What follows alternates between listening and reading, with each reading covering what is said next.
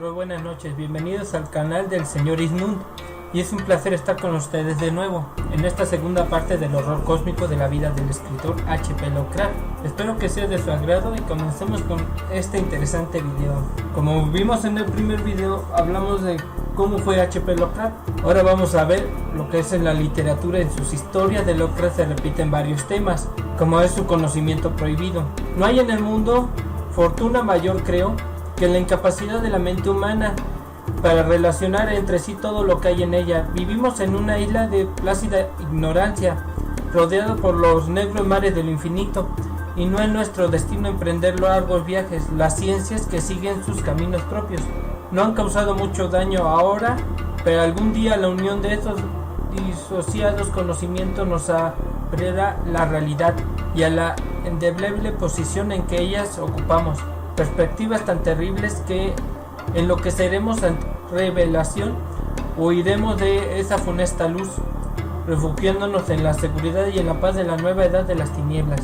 Eso lo escribió H.P. Lovecraft en La llamada de Cthulhu en el año de 1928. En el caso de los protagonistas de las historias de Lovecraft, siempre son conducidos a la unión de esos disociados conocimientos, es decir, así comienzan muchas de sus historias. Cuando tal cosa ocurre, la mente del protagonista o investigador por lo normal queda destruida por la abismal enormidad de lo que ha descubierto, al ser incapaz de asimilar semejante conocimiento. Aquellos que se cruzan con manifestaciones vivas de lo incomprensible y se vuelven locos. Aquellos personajes que intentan hacer uso de este conocimiento están invariablemente condenados. Algunas veces su trabajo atrae la atención de seres malévolos, ocasionalmente son aniquilados por monstruos de su propia creación. Las influencias extraterrenas en la humanidad, como lo es Cthulhu, es una de las creaciones que hizo H.P. Lovecraft. Los seres de los mitos de Lovecraft a menudo se sirven de humanos. Cthulhu, por ejemplo, es venerado bajo distintos nombres por diferentes cultos alrededor del mundo, como los esquimales de Groenlandia y los practicantes de vudú en Luisiana, como se ve en su libro, en La llamada de Cthulhu. Los adoradores son usados por Lovecraft por motivos narrativos, como la ayuda en el hilo del conductor de la historia. A veces intervienen de forma directa en la acción. La mayoría de los seres de los mitos son extremadamente poderosos como para ser derrotados por humanos, y su conocimiento directo significa normalmente que la víctima se vuelva loca o matarlo. Cuando se llega a un acuerdo con ellos, Lovecraft necesita una forma de proveer una estructura tan dramática como construir el hilo del tensor sin llevar la historia a un final prematuro. Los adoradores ofrecen la forma de revelar la información sobre sus dioses en pequeñas dosis y haciendo posible para los protagonistas. Eso es lo que le encantaba a Lovecraft, tenerte en el misterio con cada uno de sus personajes. Por decir, cuando ganaban batallas temporales, Lovecraft con sus contemporáneos imaginaciones salvajes cercanas a la Tierra, es decir, el caso de Lovecraft, como lo mencionamos acerca de Cthulhu.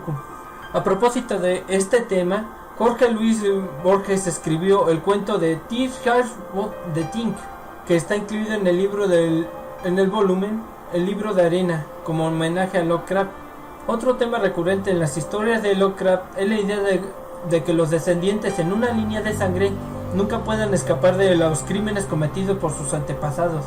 Es decir, han sido lo suficientemente sus atroces. Los descendientes pueden estar alejados en el tiempo y en el espacio, además de su culpabilidad del acto en sí mismo, pero la sangre se lo revela, como por decir en el libro Las ratas en las paredes, en El error oculto de Arthur Jermyn, El alquimista, La sombra sobre Ismund, y en el caso de Charles Dexter White.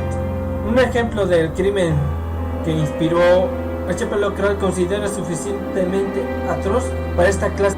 En las consecuencias es el canibalismo, como se ve en el libro, en el grabado en la casa, en Las ratas en las paredes. A menudo en las historias de Lovecraft el protagonista es incapaz de controlar sus propias acciones o encuentra imposible cambiar el curso de los acontecimientos.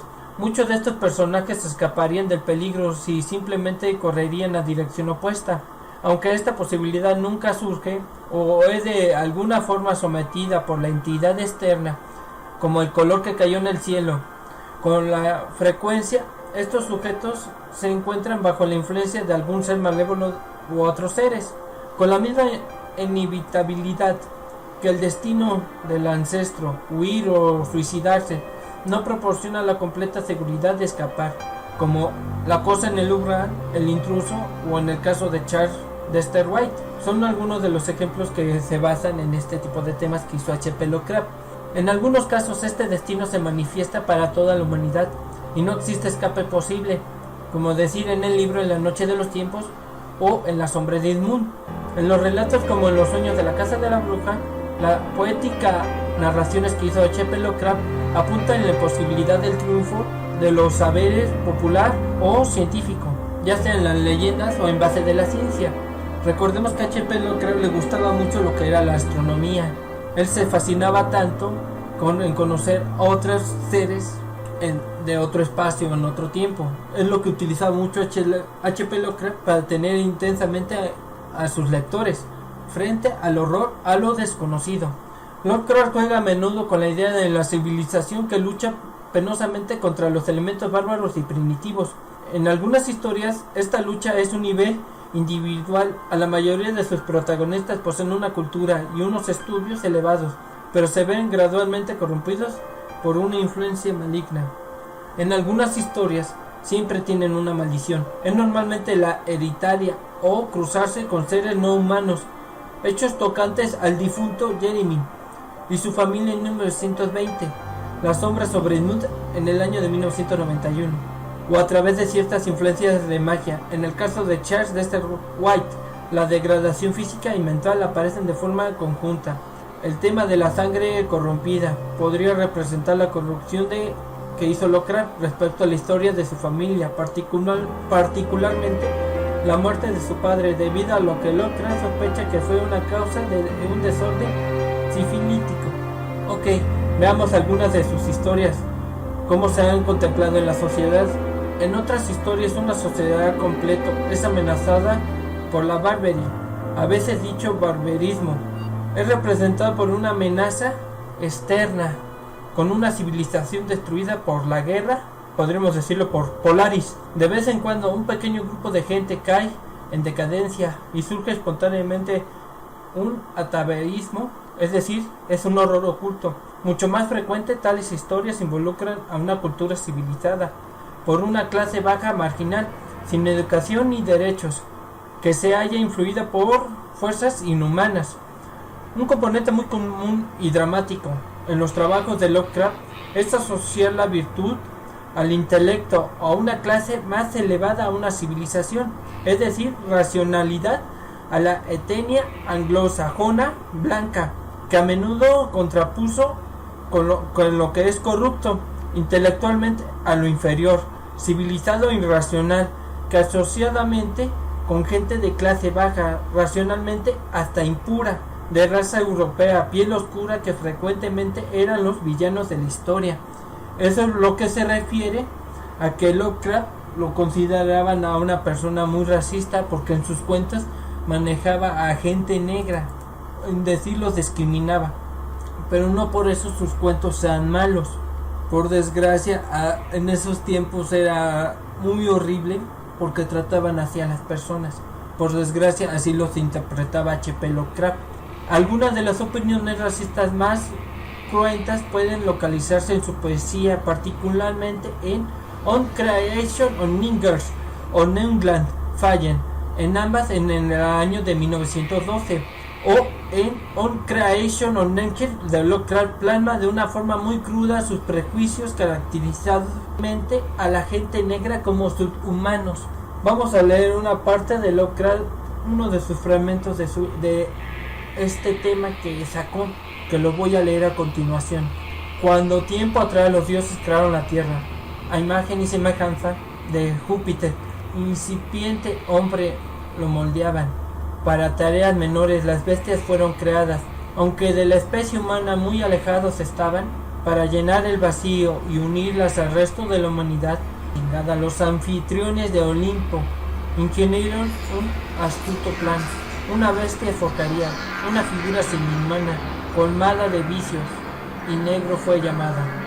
En la llamada de Cthulhu, Lovecraft describe a un grupo mestizo de adoradores de Cthulhu, que son conocidos como los seguidores de Cthulhu. Examinado en el cuartel de la policía, luego de un viaje agotador, los prisioneros resultaron ser mestizos de muy baja ralea y mentalmente débiles.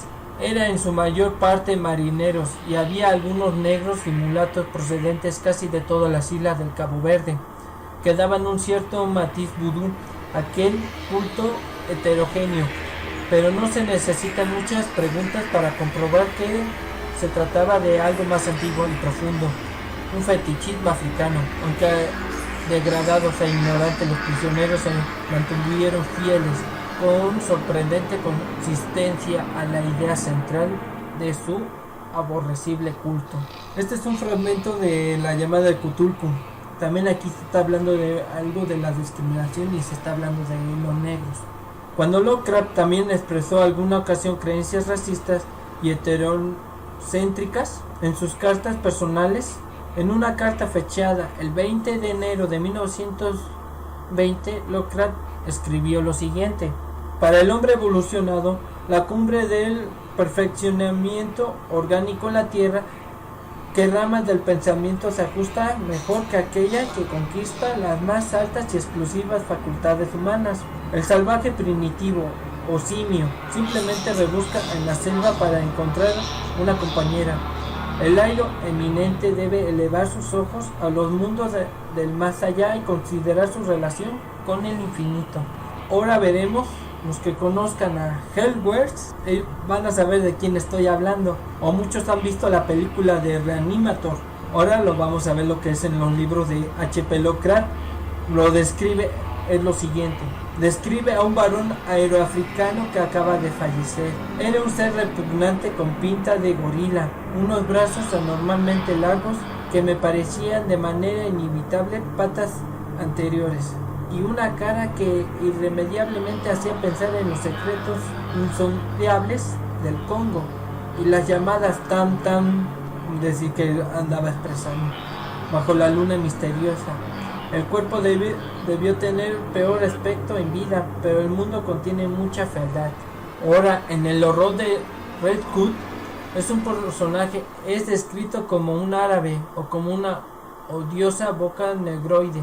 En la obra del Lazo de Medusa, escrito por Celia Bishop, la sorpresa final de la historia, después de revelar que el villano de la historia es una medusa vampírica, es que ella era débil y sutilmente, aún a los ojos del genio, el vástago e indiscutible pobladores de Zimbabue. No es de extrañar que tuviera un lazo con la anciana bruja de Sofisa, ya que una eludida proporción de Marcellini era negra. En el caso, en el libro de Charles Dexter White, presenta de forma conscientemente a una pareja afroamericana. Conocía a la familia negra que habitaba la casa y fue constantemente invitado a visitar el interior por el viejo Asha y su fornida esposa Afra. Eso es lo que mencionan en este libro del caso de Charles Dexter White, que es un contraste propietario a lo que hablan de un extranjero, o las facciones ratotiles acento gutural. Los narradores en la calle de Hellworth, en el libro de Reanimator o en la llamada de Cthulhu, las obras sobre Cayoein Moon, el horror de Red Hood y muchos de sus otros libros expresan sentimientos que podían ser considerados hostiles hacia los judíos. Se casó con una mujer ucraniana de ancestros judíos, que era Sonia Gray, es decir, quien más tarde comentó que tenía que recordarle constantemente sus raíces cuando realizaba algún comentario antisemita. Siempre que nos encontremos en las calles de Nueva York abarrotadas de personas de distintas nacionalidades y credos, escribió Grace. Después de su divorcio, Harwell venía lívido de la rabia, parecía que iba a perder la cabeza, es lo que decía ella. Hasta cierto punto las ideas de Lovecraft referentes a la raza reflejaban actitudes comunes en esa época, y particularmente las leyes de segregación racial que hacían cumplir en la mayor parte del territorio estadounidense y muchos estados que prolongan leyes y prohibiciones en contra del mestizaje, que también eran comunes en las áreas no católicas en Europa.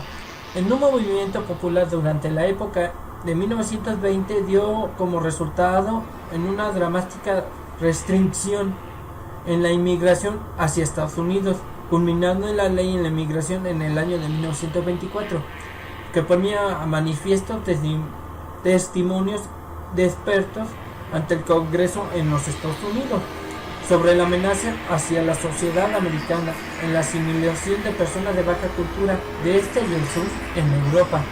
Lovecraft era un anglófilo confeso y sostenía la cultura inglesa era el pináculo corporativo de la civilización y consideraba a los descendientes de los primeros ingleses en América como una rama de segunda clase, es decir, por debajo de ellos.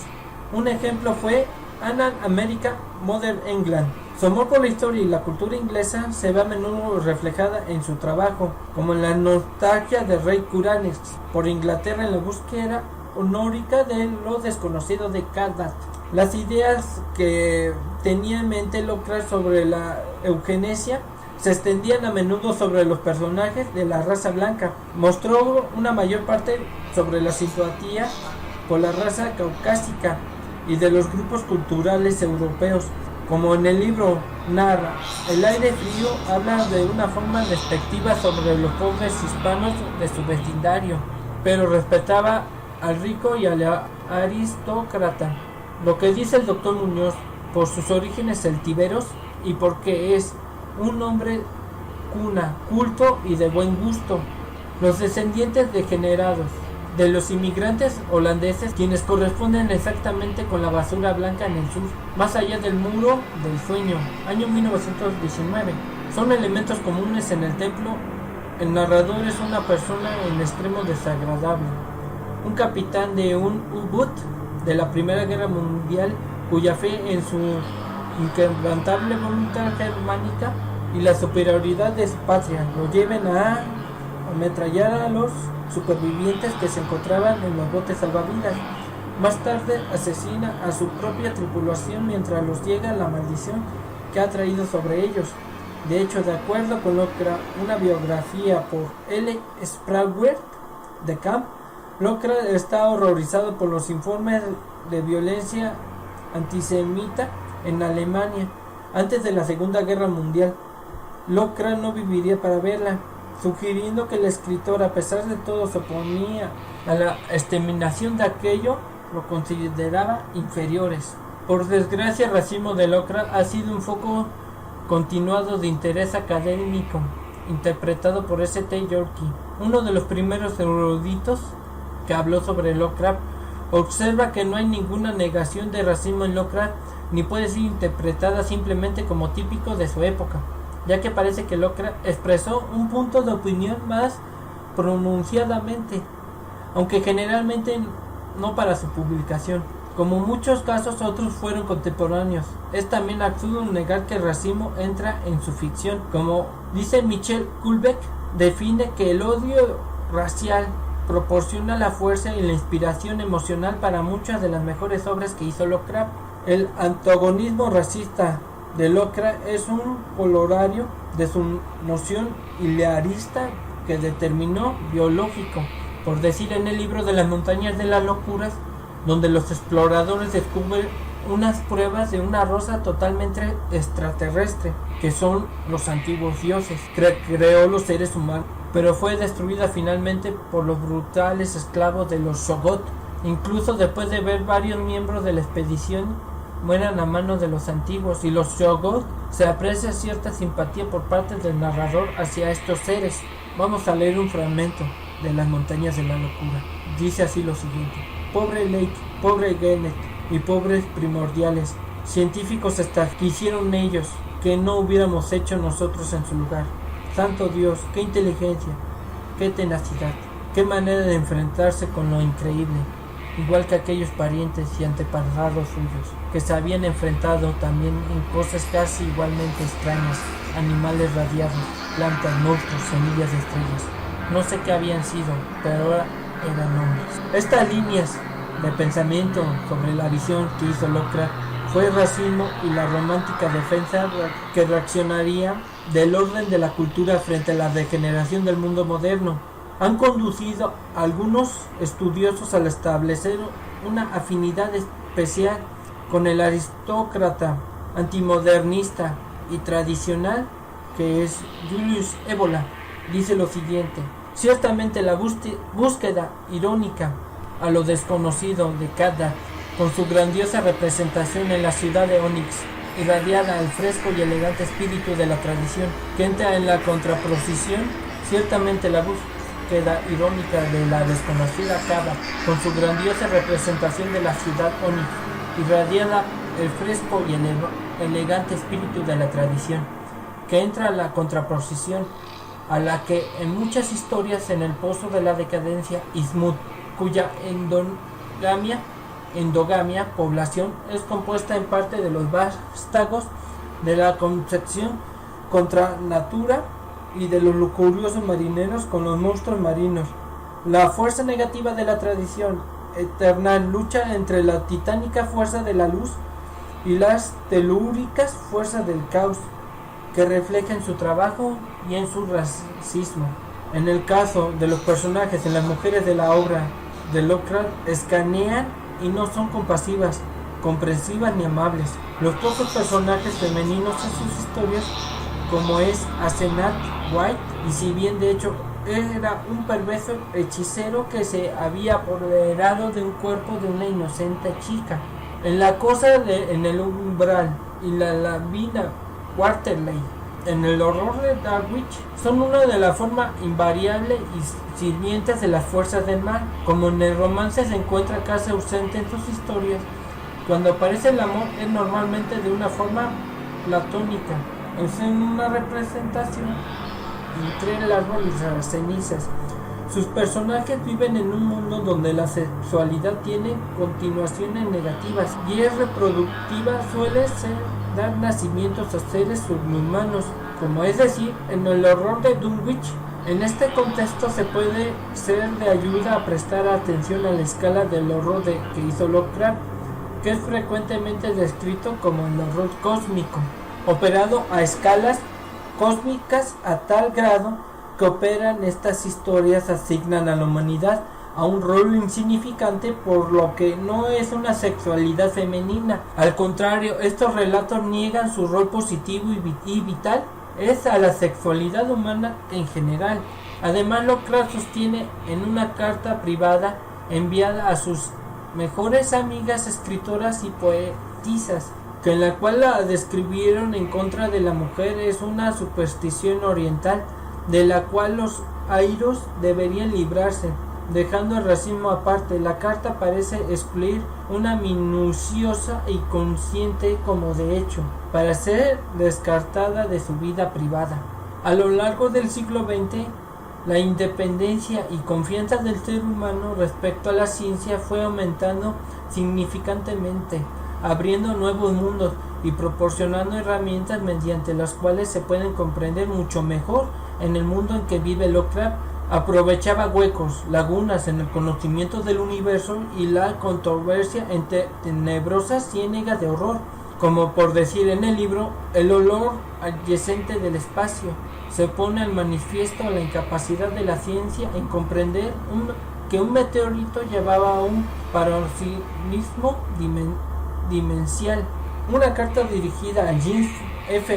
Morton en el año de 1923, Lovecraft define la teoría de la relatividad sobre Albert Einstein como un lanzamiento del mundo al caos y haciendo del cosmos una broma.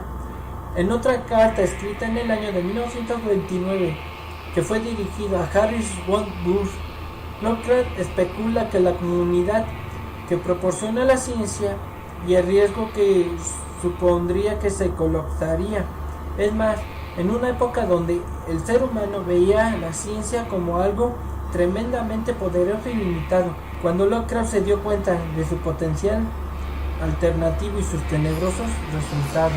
Su estilo de Lovecraft es muy característico y confundible, pero no era lo que dice un estilista. Se limita a conseguir un tono siempre serio y solemne. Comparado, ¿cómo podemos decirlo? Vamos a dar un ejemplo. Otro maestro del género del horror llamado Montague R. James carece de ignorancia. Su cultura se muestra impostada y crea atmósfera del principio, no como M.R. James, quien le va levantando poco a poco, acumulando contrastes y siluetas hasta el desastre final. Sin embargo, y por el contrario, el rey del tono y usa demasiados adjetivos y palabras polisílabas y con un tema narrativo lento y moroso que logra distanciar a un lector acostumbrado a lecturas más rápidas y directas, menos oscilantes y sinuosas, más oscilantes, y lo instala en otra órbita en la que se siente perdido. Además repite machaconamente ciertas palabras que van predisponiendo poco a poco la sensibilidad al lector a un nivel que le debe de interesar, es decir, atabático, numinicioso, inmemorial y lo que es principalmente arcano. Como suele narrar desde un punto de vista de un erudito, usa un inglés arcaico y aventajado que le sirve para conferir una falsa autoridad polvorienta y la apatía del tiempo a que lo narra, inventándose una biografía ficticia de grimorios, ya hablando de latín, árabe o hebreo, como en el libro que hizo el Necronomicon de Aldous Aracet, David Bertin y Levit y Boris. No es una aportación de su discípulo Robert Bloch, el Cultes Browning o el Conde Ercher. Podemos decir infinidad de libros, etcétera, o de tema, pero a una conclusión que estoy dándole su opinión, también le ayuda a desorientar y a desenfocar el juicio del lector, el empleo de primera persona que funde al lector y al protagonista, para que sientas lo que está sintiendo los personajes. Es lo que quiso hacer Lovecraft, que infunde hacia sus lectores, pero la urgencia que este último suele ser un solitario sin vida, ordinaria y sin necesidades sociales ni placeres confesos, encimado y cercano al suicidio y a la locura, haciendo que asimile una psicología tormentada y agradeciendo cada vez el miedo. Describe todo con proligibilidad, pero nunca salvo al final de su carrera, y quizá por la escritura de su testaferro, de Angus Deller, al monstruo al que deja de fieles que proponen a crear ilusiones de inseguridad y trascendencia, desordenando la realidad en el tiempo y en el espacio. Su escritura de Lovecraft entiende a una especie de religiosidad ritual de ecos paganos, pero religiosa, pues el autor era ateo.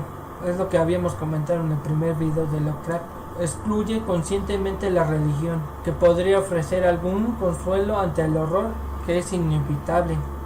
A partir de los años 60, la obra de Lovecraft, aparte de gozar de adaptaciones más o menos de, como se dice, fit ganas al cómics o inspirado en obras originales, en el caso de Lone Shonet, 1966, de la que su autor Philippe Dulit diría: es un Lovecraftiano, excepto en los protagonistas humanos de Lovecraft son siempre vencidos, mientras que Lone Shonet siempre bien librado. Aparte es pasivo, pero es el quien en realidad conduce el juego. Otras obras, Terence Peter Hipnos, de 1975 al año de 1976, de Joseph Maria Day, también se muestran deudora de la obra del escritor de Providence. Además de ser de inspiración de trabajos literarios, el autor de la música ha sido también muy influido por el autor que fue influido por H.P. Lovecraft. Grupos de metal extremo como el género del black metal, death metal, etc. Las letras de algunas de sus canciones abarcan pasajes de algunas obras del autor, así como abordan de igual manera de la mitología lovecraftiana. Algunos grupos son como Morbid Angel, Astartes, Subfigural, Merciful Fate, Metallica, Draconian, Drake of It, Internet Symphonic, Yaman y principalmente Iron Maiden. Bueno, les agradezco de antemano sobre este trabajo que estoy haciendo. Esta fue toda la influencia que destacó H.P. Lovecraft en su vida, como en su literatura y como se ha destacado en la sociedad, como en sus historias del horror cósmico. Espero que haya sido de su agrado. Si te gustó este video, dale un like. Soy el señor Ismut y que tengas una excelente noche y que tengas dulces pesadillas. Hasta luego.